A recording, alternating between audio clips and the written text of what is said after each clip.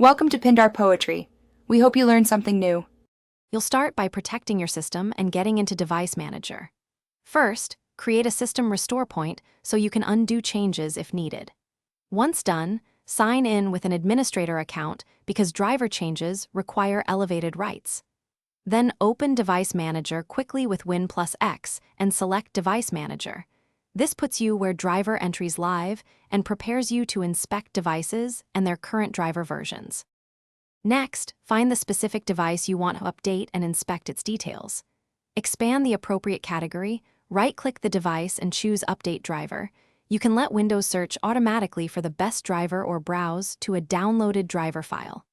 If you pick a manufacturer driver, select Browse My Computer for drivers and point to the folder with the INF file. This ensures you install the vendor-tested package rather than a generic substitute. After installing, restart your PC so new drivers initialize properly and hardware uses updated code. Once rebooted, verify the driver version in Device Manager under Properties right arrow driver to confirm success. Make sure to check Windows Update and any vendor update tools for additional updates.